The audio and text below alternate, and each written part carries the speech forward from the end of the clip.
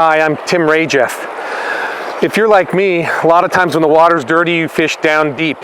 And it's not easy to throw a heavily weighted fly or a nymph and indicator rig with split shot on it, and it can be a pain in the ass, literally.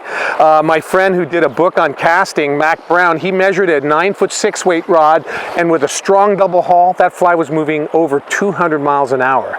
So you get tagged in the back of the head with some split shot or a bunch of lead eyes, and you'll know it right now. So one of the things that I've noticed about really good fishermen that fish heavy flies is they've mastered what's called the constant tension cast. Some people refer to them as Belgium casts. The idea is, instead of a normal stop behind you, stop in the front, what the constant tension cast is, it's kind of like a sidearm back cast, or almost a spay cast. The line comes around me to form my cast. So around, and then I deliver the fly. And by coming around and not stopping, that fly doesn't shock behind me, and that's the goal, is to eliminate that aggressive stop and the shock that happens when you make a cast. So the constant tension cast, it's important depending on the direction of the river or the wind. So if you're fishing in the flats or in the river, you should be able to practice this around on the right side and your left side. Right side, left side.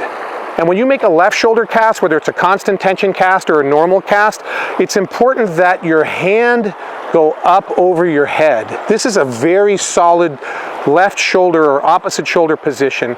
This allows me to throw a distance cast or a constant tension cast, and my hand is above my head, almost like I'm saluting or combing my hair. And in my case, it's certainly not combing your hair.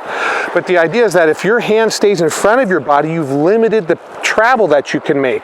So make sure when you're doing your opposite shoulder cast that your hand goes over your head. The second thing about this improving your back cast with a constant tension cast is I watch people when they get near the end, I recommend you get a little lift. So what that does is it takes this sideways loop and directs the fly up, and you'll notice that the fly swings sideways and then floats up, and that lines me up perfect for a good forward cast. The third thing to think about on your back cast is just chill. You don't need as many miles per hour. These flies, if they're heavy enough to hit you in the back of the head, they're heavy enough to cut through the wind.